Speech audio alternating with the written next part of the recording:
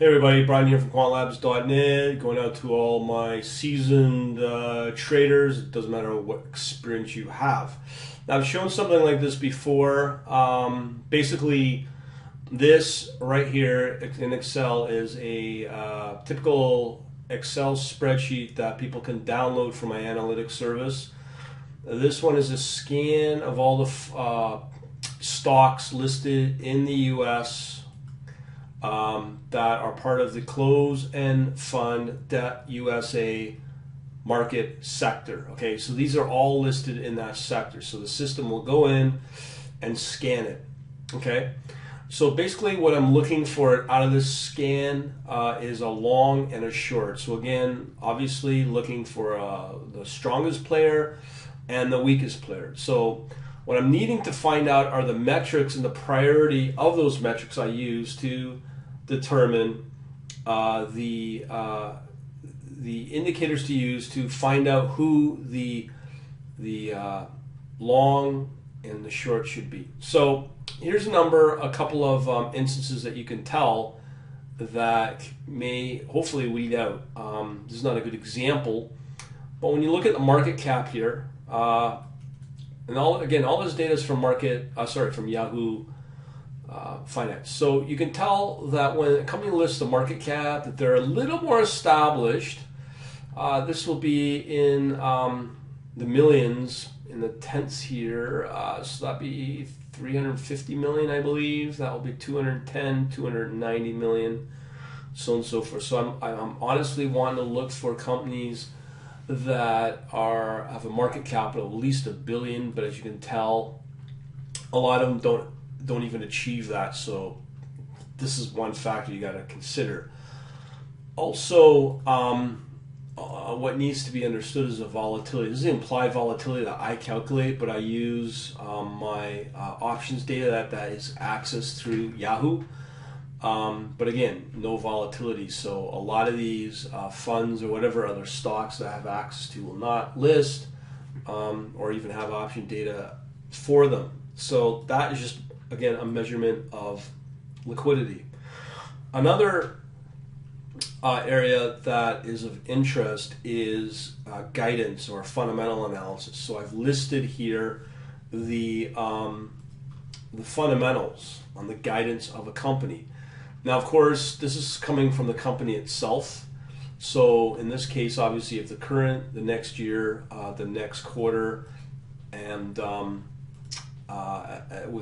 this might not be a great example, but this is used to obviously measure and how the company feels in terms of confidence moving into the future.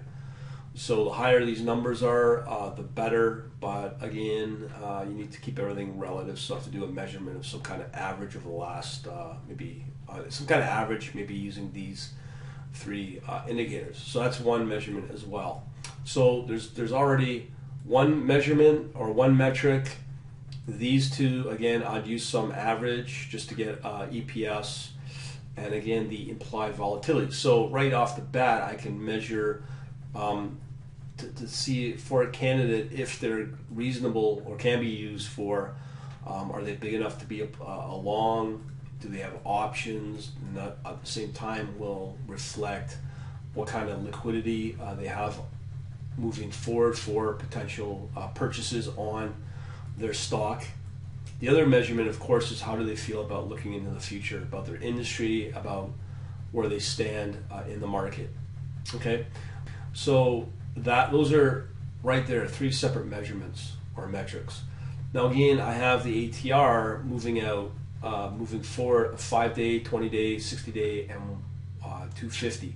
Now you might be asking why these measurements. 5 days a week, 20 is a month, ATR is a quarter, and the ATR 250 is a year.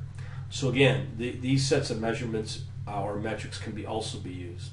And then of course we move into the statistics itself. So we're looking at the mean, the standard deviation, the variance, and the skewness. So right there you have the guidance using EPS, the size of where they're at in the market. So that's already three metrics that you can use. And then again, the ATR, as well as the implied volatility. So there's really three way. You got statistics is one ranking, EPS or guidance is another. So that's 2, 3. The ATR, that's 4, and 5 ways to measure which company should be the long and which one should be the short. So the question is, what should these rankings be of priority to measure the long and the short? Should it be, for instance, I feel the top one would definitely be implied volatility, EPS for market guidance. Right off the bat, market cap is number 1. Number 2, I would use EPS. Number 3, I would use volatility, just again for liquidity, an ATR.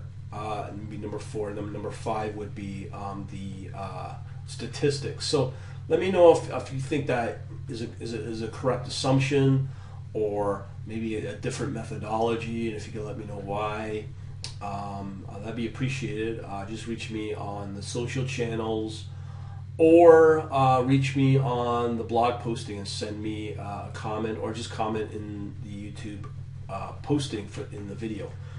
Many different ways to contact me, because I'm sure a lot of people would be interested to know how to rank these sort of things. All right, talk to you later.